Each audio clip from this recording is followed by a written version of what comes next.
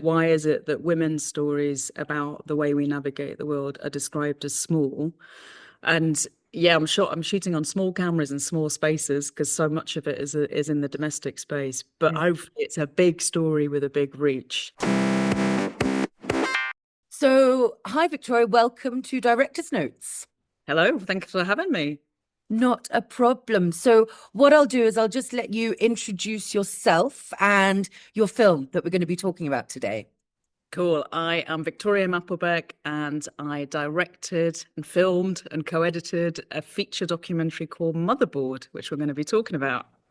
And Motherboard is, give us a little tagline. It is a feature documentary about motherhood, particularly about being a single mum or a solo mum.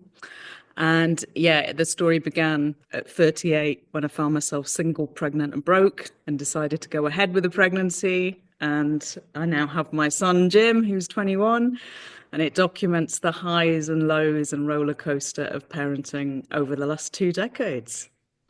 There's a lot in there. And there's so much I want to talk about because you shot it over different phones, there's I different did. formats. But sort of just as a first question, what compelled you to be like, okay, I'm going to turn the camera on myself in this journey? So he didn't, Jim didn't come out of the womb, and I thought, oh, I'm going to document this from the word go. So a lot of the early archive, a small amount of it, is just done on my old DV cam. Because I used to be a self-shooting director for Channel 4 in the 90s and the 2000s. I had to let go of that freelance career the moment I had Jim and knew I would be a solo parent. Mm. But I miss filming. And so I had my old blew the dust off my DV cam and documented his, baby and toddler and infant years. And then I really missed making films. I taught filmmaking instead. So I felt like I never left it in a way, but I missed making my own films and telling my own stories. And I got a commission from Film London in 2015 for a film called 160 Characters. And it was about the Nokia text thread between myself and Jim's dad, because I was quite interested in the sort of digital traces that are left behind in our lives and how that kind of shapes us and how we live through mobile phones. And in the Nokia years, there was definitely that thing of, are we expecting more from technology and less from each other? And my text thread between me and Jim's dad started with the loved up dates. We only had 5 dates and then we broke up. Yeah. It was only 100 texts, and it went from the sort of loved up, what a great 24 hours, can't wait to see you again, to the breakup, to me having Jim. And then his last text was when he asked for a paternity test when Jim was just 2. And his last text was a killer.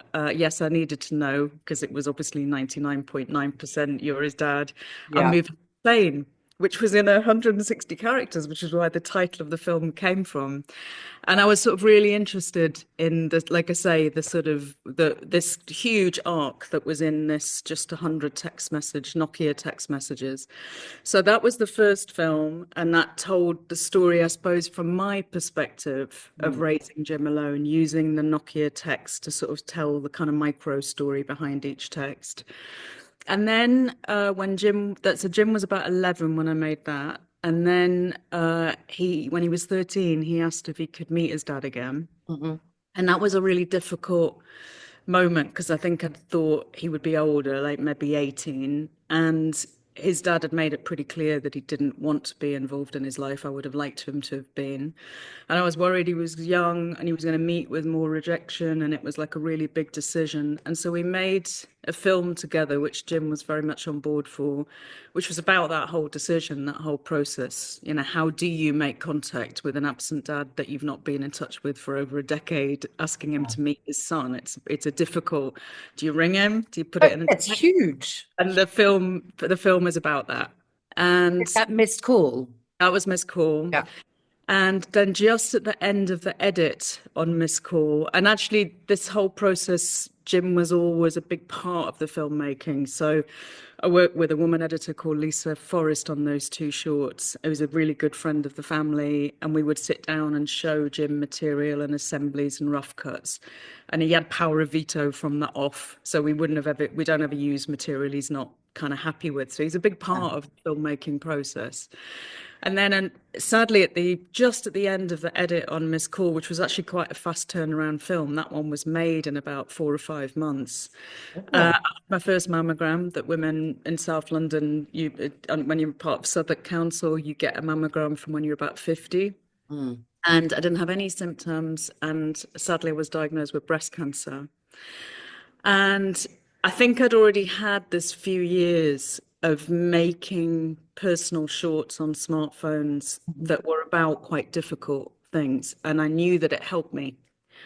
And I thought, I'm going to film this whole year. And as a way of sort of understanding it, coming to terms with it, reflecting on the effect it was going to have on Jim, because that was my biggest worry, because he was only 14 at the time. And it's an added stress when you're the only parent. You know, he's very close to my mum, but my mum's in her 80s, you know. And what was amazing about shooting on smartphones, like they're so liberating. You know, I've been a self-shooting director all my life with a big gap when I had Jim. But I went from shooting on a camera the size of that you needed a small suitcase to kind of carry it round, and I would wear a brace and radio mics, and you could absolutely see me coming. Realizing that you have a really good camera in your pocket Yeah. and it's on you at all times.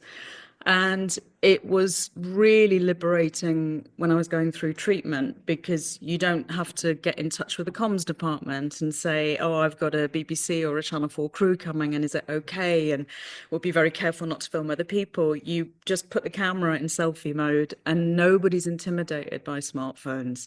And so sometimes when I needed help getting a shot, if I was going in a CT scanner, like a radiographer would just press record for me, and everybody was just, I was totally straight with them. I said, I'm documenting my year of sort of cancer treatment, and it's to go in a feature film. And they were like, nobody said no. And all Wow. of the consultants, radiographers, chemotherapy people, nobody ever said no to me. Yeah. So I built, and that, I think it was the turning point where myself and Debbie Manners, who's a really good friend of mine, an exec producer, and I could not have got Motherboard across the finish line without her. That was the point that we both felt, oh my God, there's such a big arc now about love, relationships, families, life, death, living with cancer. There's enough for a feature. Because I think actually that's a sort of mistake people make with, often there's a great short, but I've seen many shorts that have been made into features, and you just think, nah, there's not enough here. And I was really disciplined about that, because I love shorts, really love Yeah. short filmmaking. And I sort of thought, no, actually there is enough. And I have hundreds and hundreds of hours of footage. And yeah, and then we didn't get funding. You know, another thing that was completely liberating about shooting on smartphones is a woman's story like this is not an easy film to get financed, particularly with a woman director like myself who had a big gap in her career. And what was fantastic was sort of no budget, no excuse. You can keep shooting at least. You know, Jim thankfully didn't charge me. I provided all the Yeah. content for free. And you could keep shooting. And that was liberating, because we got funding in the end from OCA, and that stands for Opening Knowledge Across Research and Entertainment. It's a bit of a mouthful. And they came out of the Wellcome Trust. And we got Okay. funding from them right at the very end, just 100,000, which still makes it a pretty low budget Yeah. feature. But Because that I was, would have thought after your BAFTA win that that would have set you up, because obviously that's sort of what people hope as well. I'm going to tell you a story about the day after the BAFTAs. Okay, good. And I'm going to name and shame them. It was Why Netflix. not? We got a meeting with Netflix the day after I won the BAFTA. Yeah. And obviously we got the meeting because I'd won. Yeah. And but he's just said straight off the bat on the Zoom, "Oh, I'm really sorry. I've looked at your film Miss Call, and it's a very sort of small kind of personal story, isn't it? And really it's too small for us at Netflix, because what we're after is big stories about true crime, epic stories about true crime and space."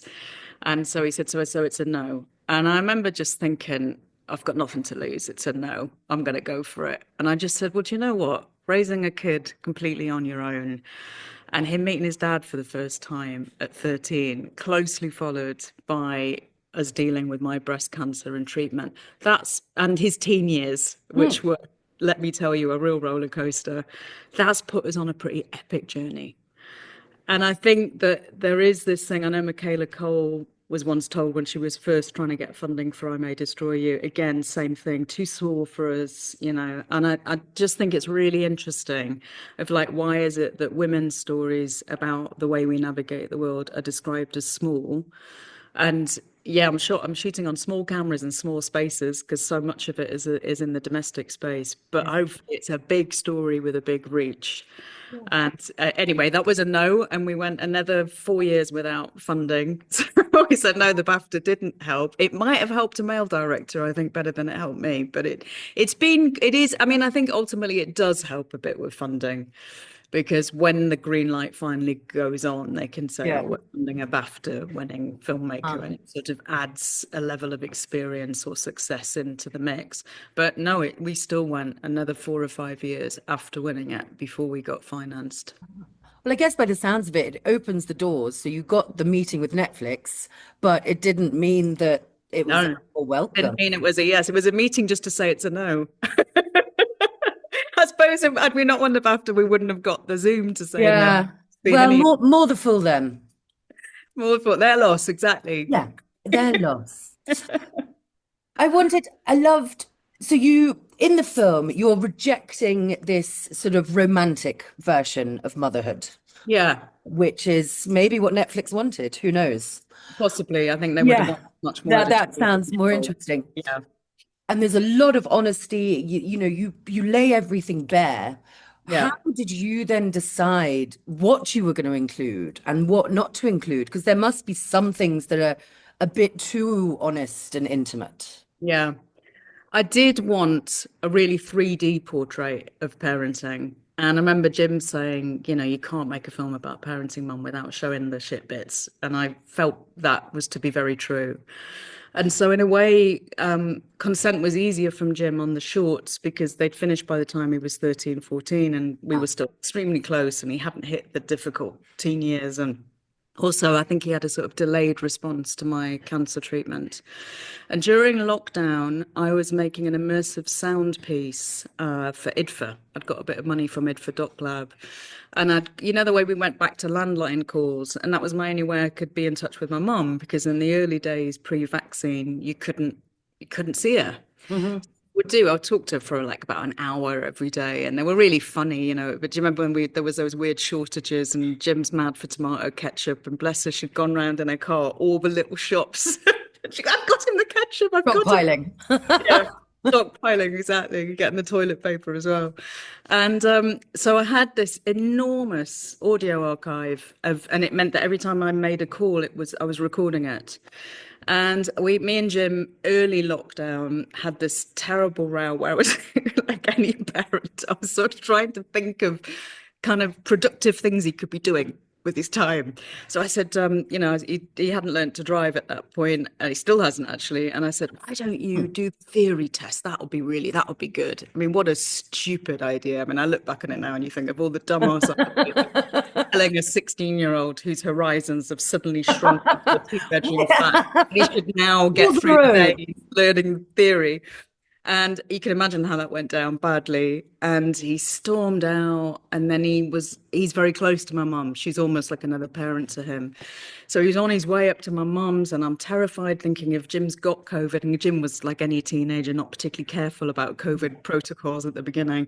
He could give it to my mum. And I'm phoning her and I'm in tears. And then he rings me and he's going, get off the phone to grandma. Just shut up. And it's really visceral. Yeah.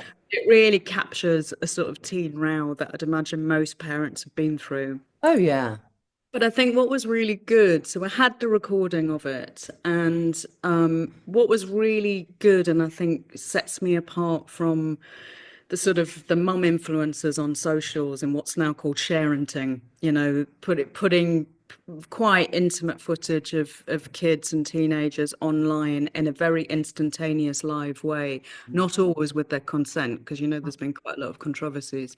But I Absolutely. think what sets me apart from that phenomenon is time and the luxury of time.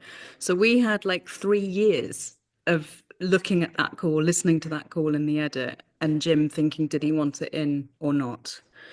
And there was a really great thing where Oka paid for a test screening at rough cut stage.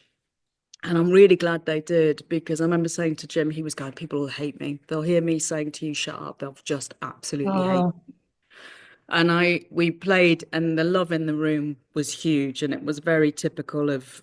I do feel that when we play at film festivals, there's a tremendous connection, I think, to both myself and to Jim. And I think what Jim realized was that everyone's either been that teenager or been that parent or yeah. both. And Yep. so Yeah. there's huge empathy. And also people understand that when he's telling me to shut up, he's 16. They can see in the film he's just been through meeting his dad. That was not an entirely successful experience. It was just saw him 3 times, found it very difficult to connect with him. Then closely followed by my breast cancer. I think people just get it. He'd got, he had a pass. I think he had a pass without a doubt. Yeah, I don't think you could find anyone who would judge him for that. I No, way no. worse. But he was worried, and Right. I that like I say, that was very good. And then we also did a thing with Oka that was very useful, where they paid for like a 3-month development period, which I would like recommend every filmmaker to go on, particularly around documentary, because it was basically to look at the ethics and the duty of care issues that are at the heart of the film. Okay. So we had like an ex-Channel 4 commissioner who'd commissioned a lot of kind of stories around young people, lived experience stories. We had other documentary producer directors. We had a psychotherapist who specialized in sort of teen mental health issues. Hmm. We had like a round table, and then we kind of made a report from that. And what came out of that report was, yes, continue to give Jim power of veto. Yeah. And should we need it, therapy sort of through production and beyond, and the sort of aftercare in process. And, at the time we were doing that, the whole baby reindeer thing went, and I was thinking, if you'd done that, when that happened, Ah. And I do think it's an incredibly important process, particularly when you're making films about or with real people. It's valid for anyone doing drama or documentary where there's a lived experience story, as Yeah. where that person hasn't necessarily. There might be, Jim's dad is anonymized. That's how we were able to use his text. Hmm. But he's still a living person, and I didn't want the tone of the film to be. I'm not interested in naming or shaming him. So we've been extremely careful. Everything, all of his text messages are anonymized. They were never on socials. Do you see what I mean? With Baby Reindeer, that's how they found her. They quoted verbatim Oh yeah. tweets in the public realm. And the internet will find anything. Exactly. So we've been incredibly careful even about jigsaw identification. So Mhm. this dating profile that's at the beginning of Motherboard is a sort of animated dating profile, and it's not Jim's dad. It's like a mishmash of the other people that were on that dating profile. So Yeah. there isn't a way that you could track him down, and I wouldn't want that. But I think the really bigger one was the duty of care issues for Jim, because you know, it's footage from his childhood, his teen years, it's difficult moments of the teen years, and so his consent was absolutely kind of paramount that Yeah. we had it, and that we even thought through to him into his 20s, and might it affect negatively whether he might see his dad again. And so we had to really, really talk to him in depth about really think it all through. So it was a good process. Yeah. No, it's fascinating. And it's just you just answered one of my questions. I was like, how do you navigate the ethics of it through Yeah. all of that? Yeah, it was Just a big. another question that I'd have, and I'd love to know is, how did you navigate his growing awareness of the camera and of being filmed? Because you've got those lovely scenes when he's younger and you're in that little bed and you're sort of Yeah, chatting to him. And then yeah, obviously he becomes more cognizant of the camera. yeah. So how did you navigate that side of it? So I had to get pretty skillful at sort of pivoting around his kind of relationship to the camera as he got older, and in terms of the levels of issues we were going through when it was really difficult. So I would never film anything live. So he Hmm. was doorstep. Right. So, there's a scene in the film where I've talked to his dad. And when I talk to Jim, that is days later. So I don't, as he walks in through the door from school, go, "Oh, I spoke to your dad today, and this is what he's." Okay. So he was never doorstepped, and this exactly the same when I used to have when I'd seen my oncologist and I had news, and it's very difficult how you talk to a kid about cancer, Yeah. 'cause he was on that cusp. He was sort of a young adult, not quite a child, but still only 14. Mm. And again, that was a really good pivot that I did. I didn't even film him with the smartphone. I did audio recordings. I had two Sennheiser mics, and I just set them up on the sofa. And the funny thing was, we couldn't get any therapy on the NHS, which I would have hoped that was there, but sadly it isn't. And the audio recordings, conversations were almost about 50 minutes. They ended up feeling like a sort of therapist's hour. And even though I'm not a therapist, I'm his mum, but it was a really useful time to listen to him and find out how he was actually thinking about my diagnosis. And sometimes he would have misheard things and stressing on things that weren't a problem. Yeah. And I could reassure him and try and be as honest as possible. At one point I was trying to work with a fantastic woman editor called Chloe Lambourne, and she didn't feel that she could take it on because she'd had her own experience of breast cancer with her mum when she was a child, and nobody talked to her. And she was saying, "I think what you're doing is it's such a better shift." Yeah. But then I think you can almost talk too much. You can be too much information, Yeah. but it's really hard. I think it was one of the toughest parenting challenges I've faced, which is how much I have to take this on my own. He can't share the burden. He's not an adult, he's a kid, but he's not a small child. Mm. And actually keeping crucial information and not being honest is going to be damaging as well. And it was so difficult to get right. And actually, I think the film helped us a bit with Yeah. that process. And Because it's also so, you're navigating it for the first time yeah, as well. So it's yeah. not like it's not something that you have experience in. Yeah. Yeah. And it hugely helped me. There was a bonkers time when I had a fantastic woman oncologist who I loved. And I remember saying to her, "Do they keep the cancer cells? Do they archive them?" And she went, "Oh, yeah, we have to hang on to them for at least 5 years." And I said, "Could I go and film them?" Yeah. And she said, "You are bonkers, but I'll look into it." And I did. And that scene is in the film. And you're right, And they are beautiful. they When you are look really at them through that, beautiful. I'd never seen that before, and I was like, they're stunning. Yeah, and it is a metaphor for, I do think one of the most frightening things about cancer is the sort of invisible nature of it.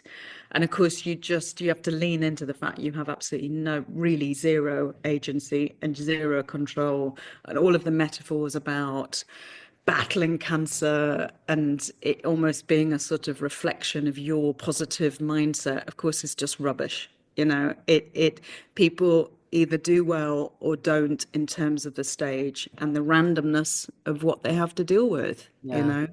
Yeah. and it was, but filming it was a bit of control about how I told the story of how that felt, Yeah. and that I didn't want to use the cliches of martyrdom and suffering, and didn't want to feel like a victim, even though you don't have any control over it. Yeah. So yeah, I really like that scene, and in a way, I'm either looking at the cancer cells down the barrel of a microscope, or I'm looking at difficult stuff in life through the lens of a camera, and it's pretty similar, really. You Mm. know. Yeah. And so you were using, so obviously loads of different phones. You started with the old school camera. Mm. Did you have an idea of using different kind of, so either handheld or static for different moments that you were filming? I definitely used unattended cameras. Like Yeah. that real aesthetic in Motherboard. So when you were talking about the bedtime routine, Yeah. that just came. I'm so glad I did it. I had been singing Jim, Ella Fitzgerald's Every Time We Say Goodbye, every night since he was in the womb. Yeah. I remember thinking, oh God, he's coming up 6.5. And if I don't stop, I'll be singing this when he's 18. Like And I've he's going to be hating got you and cringing and yeah, yeah. which I must, but it was also heartbreaking when you've only got the one to stop. And so I remember thinking, it was summertime. I was thinking, I'm just going to film the bedtime routine every night for a couple of weeks. And thank God I did, because I had that footage. So that was unattended camera. And then the other static unattended camera, and was a nice technique when we were talking earlier about pivoting around Jim at different ages. Mm. When he got to late teens, um, what I did was I got this device where I turned the camera into selfie mode and I sat with him and we were both Yeah. subjects. And Yeah. he loved that. He loved the fact that there's no one behind the camera and it's me and him, and then it's democratized. We're both subjects. Yeah. And he does that lovely technique where he sort of breaks the fourth wall and he's looking at the camera like eye rolling about me. And Yeah. Yeah. it adds the comedy. And, I feel like there's a lot of that footage in the last half an hour. And I really love it because you've had some really difficult, dark, visceral moments around family life. But then Jim is really funny. And, Jim feels guilty that he thinks he didn't support me enough through the cancer because he didn't come to any of the hospital stuff with me because he was too young. He was 14. Yeah. Knows I've got a tendency to do things always on my own. Where he massively supported me is his sense of humor. He's got a really dry, kind of gallows sense of humor. And that was what got me through, actually. I couldn't have done it without him. And so I love the way that the last sort of third of Motherboard really captures Jim's sense of humor, you Yeah. know? And you can see that, and it's like, yeah, like you said, in the different ways you film and the different ways that he's engaging with it. Yeah. And that you can see his personality and that coming through, not as a performer, but it's just beautiful to see that awareness shift. Yeah. And you sometimes joking about access as well, because he goes 19 minutes. You said it was going to be 10. And so you get that sense of a sort of playful back and forth with how much footage will he give mom today, And Absolutely. Jim was also, he was amazing in that he got a creative consultant credit. And that was partly because he was watching cuts and assemblies with me so much. And sometimes going, oh, for God's sake, it's totally sentimental. It's really really. And that was quite a good. He was quite a good sort of bullshit barometer on Yeah. if it was getting too slushy. But then he amazingly, Jim will show me obviously very selected stuff that from his phone. He'll show me an Instagram post or a video of when he was at a party, and I'll go, "Oh, that's really good. Could we use that for the film?" And if he was all right with it, and if his mates all provided consent as well, Yeah. he would contribute that stuff, and it's really useful because you see with Motherboard. It's a real portrait of the home, of domestic life, but of course we both have a life outside of the home. And so Jim's phone footage is a really great way of giving a window into him at school and at college and at festivals and at parties and drunk and up to stuff he shouldn't be. Within reason, like I say, he's obviously censored what he would give He's me being a for the film. normal teenager. Yes, exactly. It'd be a bit weird if it was just open access. But I am extremely grateful because I love that phone material as well. I'm TikTok mad. I'll tell myself late at night, I'll just do 10 minutes and like an hour and a half, I'm still there. But I love that sort of short form video access into people's lives. I love it. Yeah. So that was really good of him to do that. Yeah, and it's approaching it from a way because in TikTok, obviously, you've got those beautiful, sort of normal, honest moments of people's lives, and then you've got the very heavily curated side Yeah. of things.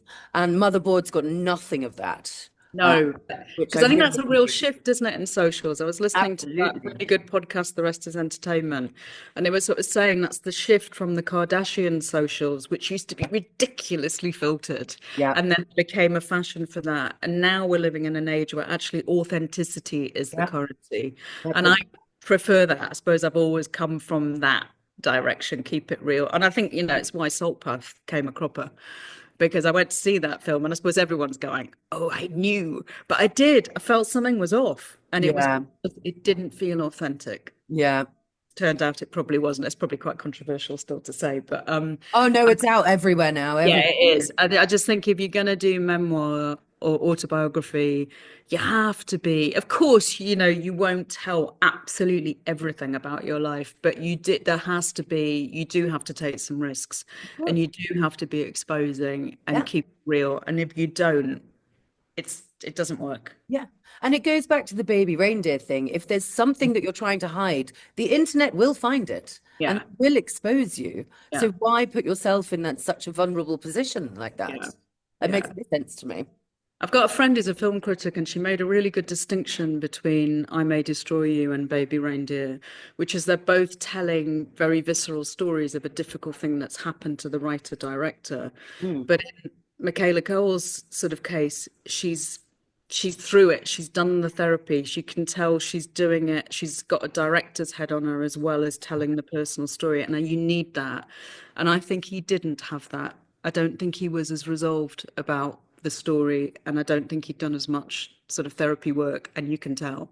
So I Yeah. think that's a very interesting distinction, and I felt it myself. I've done tons of therapy over the years, and you telling the personal story and that and the lived experience of it, which is great, but you do need a director's head on you about the tone of it and what you're going to show and how you're going to tell the story, and it's important to have that.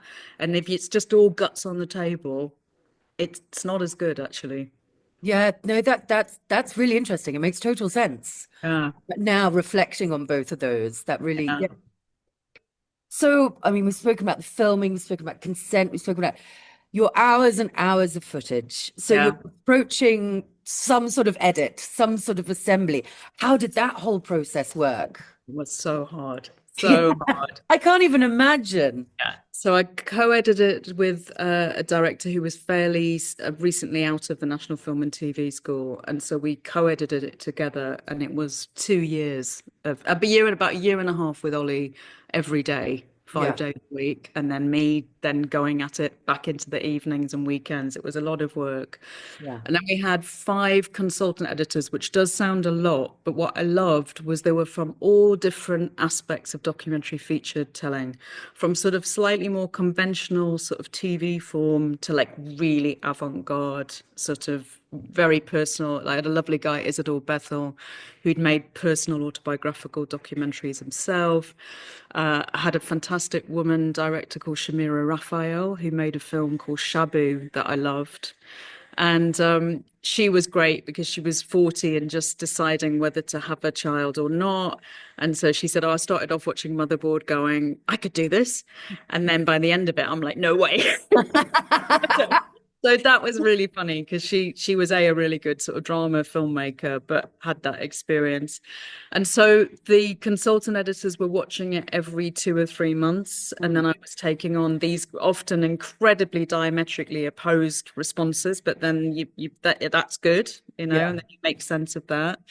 And I think the turning point, because I cut it chronologically, and actually, it was really boring in chronological Okay. form. And the turning point was I'd made a VR project called the Waiting Room VR in 2019. And in that, I'd shot a 360 reconstruction of my radiotherapy when I'm wearing a kind of GoPro Fusion. And it's like a 360 durational take. And in the VR project that I did, I then loaded on all of the phone audio that you see that I love using in Motherboard, which is Mhm. like audio conversations with Yeah. Jim, voice notes from Jim, voicemails from my mum, voicemails that I've left for people. And it's like you're looking at my head because the shot was great because you can sort of see me thinking, and we use a 2D version of that footage in Motherboard as well. That device of realizing that you could create a real-time present tense moment, but if you got inside my head and you were watching me think, you could be all over the place. You could go past, present, future. And that was such a great device. So you see that I use that device again and again and again. So Yeah. it's footage of me, you're looking at me, and basically you're getting inside my mental landscape. And that Yeah. mental landscape can come out of the linear time frame. It's a very kind of meta way of looking at it. Yeah. And once I'd got that, and I also like that as well, because how often do we look at women and how often do we look at women age? And or women who are ill. And Mhm. I was determined to not be vain about that selfie footage so Yeah. that you see me looking, having lost all my hair in the cancer treatment, looking really ravaged. The chemo really ages you. I felt like it took me 3 or 4 years for my skin to get back to what it was. I never thought it would, but it does. That's the good news. And I had to be kind of just brave of like, that no vanity about that selfie footage of me that we would use. So it's as we say, it's not the Kardashian filter. It's like it's sort of 3D. This is what cancer looks like. This is what aging looks like. This is what it looks like when you've only had 2 hours sleep. Yeah. This is what it looks like when your son hasn't spoken to you for 2 days. Yeah. Because you're in lockdown and it's a nightmare and you want to get out of the flat. This is what it looks like. And that structure, yeah, then that structure just came because as I was watching it as well, I was like, this woman knows how to make a film. You know, Yeah. it's that very sort of typical, beginning, middle, end, but it's got it Yeah. all. You're on that emotional roller coaster, you're on everything. And I was just so impressed by the way that you were able to pull that structure out of your own life and your own filming. It just Thank you. felt so natural. Oh, that's great. Yeah. Lovely. And I mean, how does it feel now for you? So this is a lifetime project. Yeah. It was catharsis, it was healing, it was everything. It's out now. How does that feel? It fit after such a long time of shooting and editing. It's and also just how difficult it was to raise finance with a film like that. It Yeah. was amazing. You know, like we premiered at CPH Docs a year and a bit ago, and to meet the audience for the first time, we always knew that the film had a real resonance for women either thinking, do I want to have kids, reconciling, I don't think I'm going to have kids, women that are parents, and particularly empty nest sort of empty nesters into late middle age. But what was great when it first showed in at CPH Docs was how many young people relate to it. And so people were coming up to Jim, and there was people who were sort of saying, oh, I've also been brought up by a lone parent, I've never seen my life before. Or, oh, I've been brought up by two gay dads, or my mum went through cancer treatment as well. And to see that, to see the reach that it had of middle-aged women, but also younger people Yeah. who, because, families do come in all shapes and sizes now. And I think the film is a celebration of that. It really is wanting to be the kind of antidote to those really, frankly, shitty stereotypes we Yeah. have of Yeah. single mums. And I do think it's incredible that particularly single mums where men were involved and then didn't want to be involved or abandoned children, we put the shame on the women that stay, not the men that leave. I just think it's astonishing. And It's it's just that society, isn't it? listening at Ozzy Osbourne recently about which kids get the inheritance, and he's got two kids from his first marriage who he never sees, Yeah. and people are just so blasé about it. I just think it's wrong. Anyway, but I didn't want it to be proof of when women do the job, how amazing those kids can end up being. And so to meet audiences, and I was showed in Prague recently when I went with my friend Debbie, executive producer, and a young woman came up to me and said, I'm 3 months pregnant and I haven't really told many people. And this is the first time I haven't felt terrified.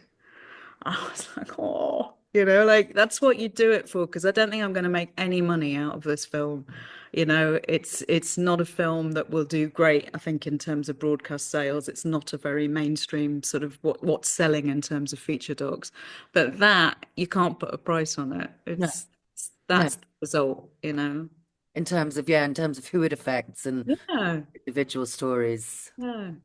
So what are you going to do now? What's next? So next, I think I'm a big fan of Agnes Varda. The way she made Who brilliant isn't? docs. Who isn't exactly? She made such great work in her right the way into her 80s Oh yeah. about her own life and the way she saw the world. And I think there aren't enough feature docs about the way women navigate the world, and particularly in late middle age into old age. So I was turned 60 recently, and I want to carry on experimenting with tech. But I had one day recently where it just epitomized the sort of mental load of women working at from home. And it was like, I get up, I help Jim do a self-tape, I deal with some difficult emails from work, I write a student reference, I go and pick up my mum from a cataract op, take her home, get her a sandwich, cup of tea, come back, do the shopping, burn the meatballs, put the laundry upstairs, defecating out half-heartedly. And I just thought, I want to summarize this life, you Yeah. know? So I've been looking at like like buying a police body cam that I would wear on my chest. And then Jim, as a belated 60th, is wants to buy me, those Meta AI glasses that have got Yeah, the the Ray-Ban ones. yeah, and I don't think a film's been made on one yet, and that's always a good gimmick for getting some funding. So Yes. he's gonna buy me a pair of those. And so I'm gonna Yeah, because carry everyone's just using them in the influencer world yeah. and those kind of Yeah. things. Yeah, and Jim's leaving home for the first time. He's on an Erasmus exchange to Trinity for three Okay. months. But Yeah. it's a big turning point, you know. He leaves home, has to Yeah. deal with his own laundry and his own cooking, and I have to think, who am I without him? So that's what I'm just going to do a short because I am exhausted with what a Yeah. nightmare it is getting a Yeah. feature out there. But then what I've got the experience of doing is that my shorts built that feature of Motherboard. And Yeah. I think for any filmmaker, that is a really, you can do it low budget. You don't have to think, oh my God, have I got an arc for 90 minutes? And so I will just make that as a short. I'm on sabbatical from my teaching day job this autumn. Yeah. So I'll just knock out that short and then it builds some interesting archive. And I would quite like to spend the next, I think the best featured directors have time apart. I took Jim to see Boogie Nights, and was just thinking about Paul Thomas Anderson and how much he spaces Yeah.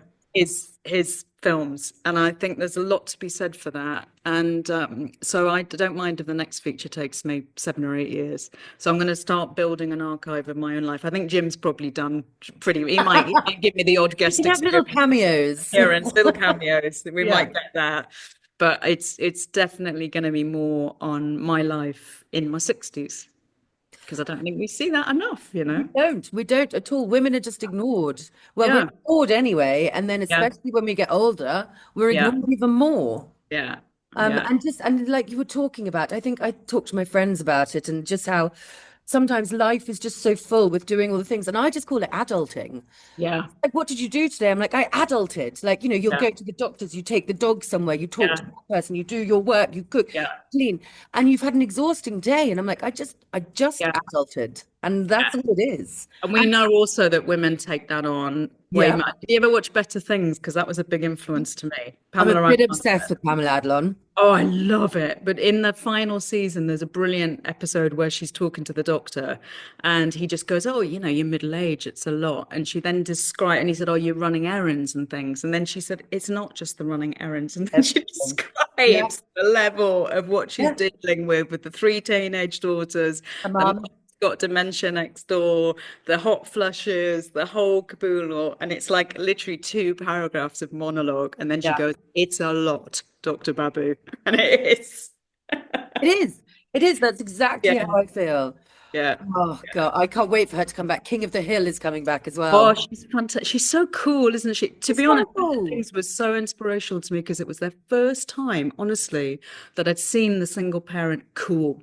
Like you wanted to be her. Yeah, that's interesting, but you're right. Yeah. Yeah, and while she Without the struggles with it, class she thrives. baggage, because in Britain we're so obsessed with social realism. Mm. The idea is the stereotype you get as single moms is sort of benefit, struggling, living Oh, on a it's always council the estate. way. The Always. only moment of joy being the kind of sun setting. I saw you'd had Lollipop on your site, and I wrote a Yeah. review of it because I love Lollipop because I thought Daisy May Brilliant. did the antidote to those cliches. Yeah, exactly. Such a No, I great love Daisy way May's approach of is single moms, isn't incredible. it? Yeah. 3D, they're funny, they're fierce, they're interesting, they're going through shit, but they're coming out the other end. Loved it. It's not, I think we focus a lot in England as well, like you said, the realism and a lot of poverty porn and council Totally. estate porn. Yeah. And just, that's not actually real. That's not fair. It's not Yeah. fair to be representing it that way. So yeah, I'm a big supporter of people who do it differently. Yeah, me too. Those are what you can reflect. I'm like, yes, that's life. That Yeah. really is life. Yeah. Yeah. And great, it's women directors that are doing it differently. There's some Yeah. really good work being made by women right now on Yeah. this. And I'm up for more and more. So More. make I'll give you more. more. More. I want I'll help more. with the supply chain. I'll keep going. Yes, please. Victoria, thank you so much. Pleasure. Really enjoyed it. One of the Good. No, nicest this has been interviews I've done. beautiful. Lovely to meet you. Lovely to meet you. I can't wait to show my mum the film as well. I think Fab, she's going to please go do. wild for Please do. it. Yeah, we've Yeah. got a load of London screenings coming up in the next kind of week, 2 weeks. So please do. Oh, I will. I'll be taking her. Great. Thank Lovely. you so much. Lovely to All meet you and right. best of luck with everything. Thank you so much. And you have a great day.